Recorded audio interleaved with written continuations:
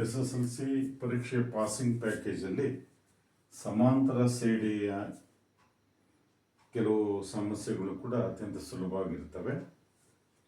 ಈ ಸಮಾಂತರ ಶ್ರೇಣಿಯಲ್ಲಿ ಎರಡು ಸೂತ್ರಗಳನ್ನು ನೀವು ಚೆನ್ನಾಗಿ ನೆನಪಿಟ್ಕೊಳ್ಬೇಕು. AN equals A plus n-1 into D. AN equals A plus n-1 into D. ಅದೇ ರೀತಿ SN ಈಕ್ವಲ್ಸ್ ಈ ಸೂತ್ರವನ್ನು n/2 into 2A plus n-1 into D ಸೂತ್ರವನ್ನು ನೆನ್ಪಿಟ್ಕೊಳ್ಬೇಕು.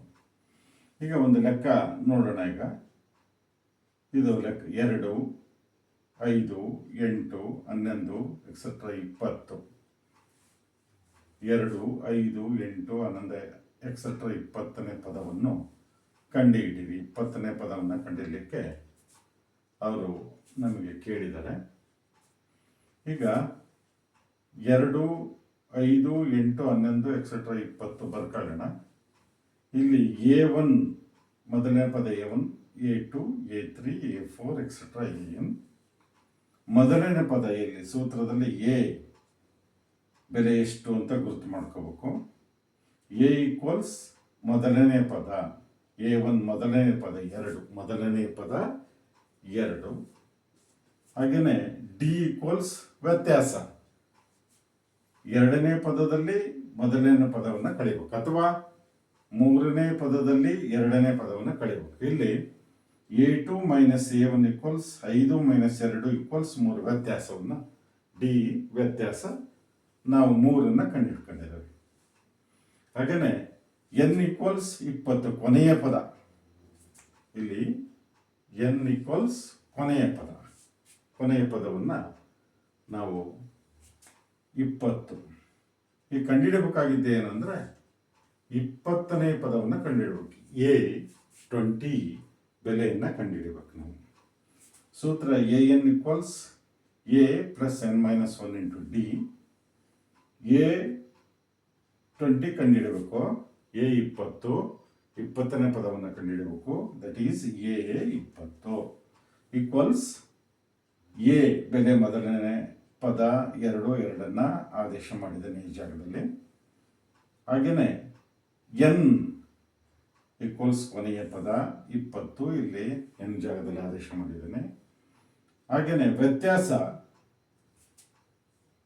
20 ಮೈನಸ್ 1 ಇಂಟು ಡಿ ವ್ಯತ್ಯಾಸ 3 ಆದೇಶ ಮಾಡಿದೆ ಡಿ ಜಾಗದಲ್ಲಿ.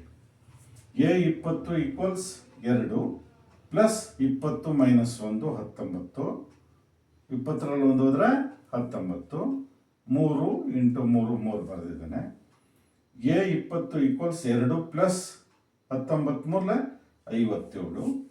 A20 equals 59. 57 ಪ್ಲಸ್ 2 ಕೂಡಿದ್ರೆ 59. ನಮಗೆ 20ನೇ ಪದ 59 ಆಗಿರುತ್ತೆ ಅಂಥೇಳಿ A20 ಈಕ್ವಲ್ಸ್ 59. ಈ ರೀತಿ ನಾವು ಲೆಕ್ಕವನ್ನು ಬಿಡಿಸ್ಬೇಕು. ಇಲ್ಲಿ ನಾವು ಮುಖ್ಯವಾಗಿ ಸೂತ್ರವನ್ನು ನೆನಪಿಟ್ಕೊಳ್ಬೇಕು. AN equals A plus n-1 into D. ಇದರಲ್ಲಿ A ಮೊದಲನೇ ಪದ, ಡಿ ವ್ಯತ್ಯಾಸ. ಎರಡನೇ ಪದದಲ್ಲಿ ಒಂದನೇ ಪದವನ್ನು ಕಳೆದು ಡಿಯನ್ನು ಪಡ್ಕೊಳ್ಬೇಕು. ಹಾಗೆಯೇ n ಬೆಲೆ ಎಷ್ಟು ಅಂದರೆ ಕೊನೆಯ ಪದ n ಈಕ್ವಲ್ಸ್ 20. ಹಾಗೆ ನಾವು ಕಂಡುಹಿಡಬೇಕಾಗಿದೆ 20ನೇ ಪದವನ್ನು ಕಂಡುಹಿಡಿಯೋದ್ರಿಂದ 20ನೇ ಪದಾರ್ಥ A20. ಸೂತ್ರದ ಸಹಾಯದಿಂದ ಹೀಗೆ ನಾವು ಈ ಒಂದು ಲೆಕ್ಕವನ್ನು ಬಿಡಿಸ್ಬೋದು. ಹಾಗೆಯೇ ನಾವು 3, 6, 9 ಎಕ್ಸೆಟ್ರಾ 12 ಪದಗಳ ಮೊತ್ತವನ್ನು ಕಂಡುಹಿಡಿಯಿರಿ ಅಂತ ಹೇಳ್ತಾರೆ. 12 ಪದಗಳ ಮೊತ್ತವನ್ನು ಕಂಡುಹಿಡಿಯಿರಿ. ಹಾಗೆಯೇ ಇಲ್ಲೂ ಕೂಡ ಮೊದಲನೇ ಪದ A1, A2, A3 etcetera n.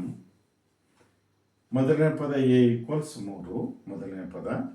D equals ವ್ಯತ್ಯಾಸ A2 ಮೈನಸ್ A1. 6ರಲ್ಲಿ 3 ಕಳೆದ್ರೆ 3.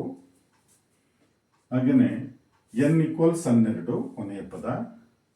ನಾವು ಕಂಡುಹಿಡಬೇಕಾಗಿದೆ SN, ದಟ್ ಈಸ್ 12ನೇ ಪದಗಳ ಮೊತ್ತ. S12 ಸಮ್ ಆಫ್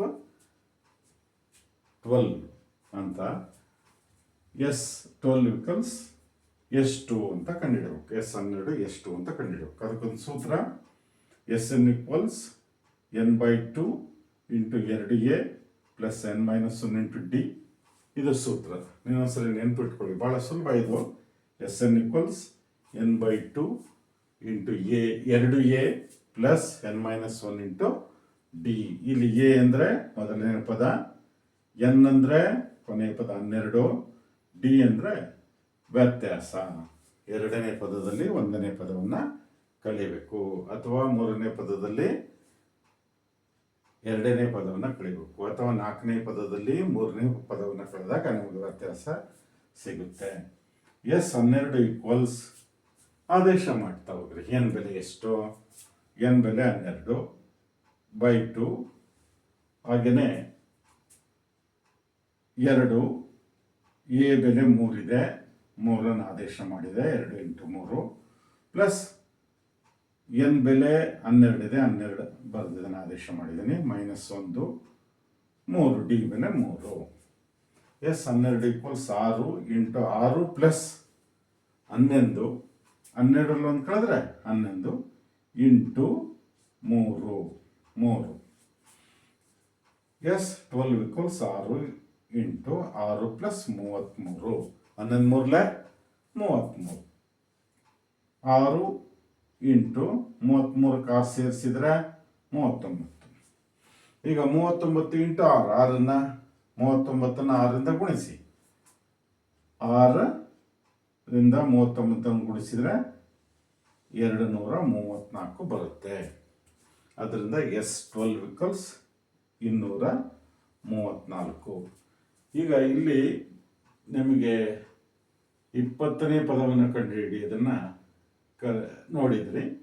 ಅಂದರೆ ಎನ್ನನೇ ಪದವನ್ನು ಕಂಡುಹಿಡಿಯೋದು, ಎನ್ನನೇ ಪದಗಳ ಮೊತ್ತವನ್ನು ಕಂಡುಹಿಡಿಯೋದು, ಎರಡನ್ನೂ ಈಗ ನೀವು ನೋಡಿದ್ರಿ, ಕಲ್ತ್ರಿ. ಇದರಲ್ಲಿ ಈ ಲೆಕ್ಕಗಳನ್ನು ನೀವು 4-6 ಸಾರಿ ಮಾಡಿದಾಗ ಮಾತ್ರ ಪರೀಕ್ಷೆಗೆ ಉತ್ತರ ಬರಲಿಕ್ಕೆ ಸಾಧ್ಯತೆ ಇದೆ. ಸೂತ್ರಗಳು 2 ಚೆನ್ನಾಗಿ ನೆನ್ಪಿಟ್ಕೊಳ್ಬೇಕು. N equals a plus n-1 into D.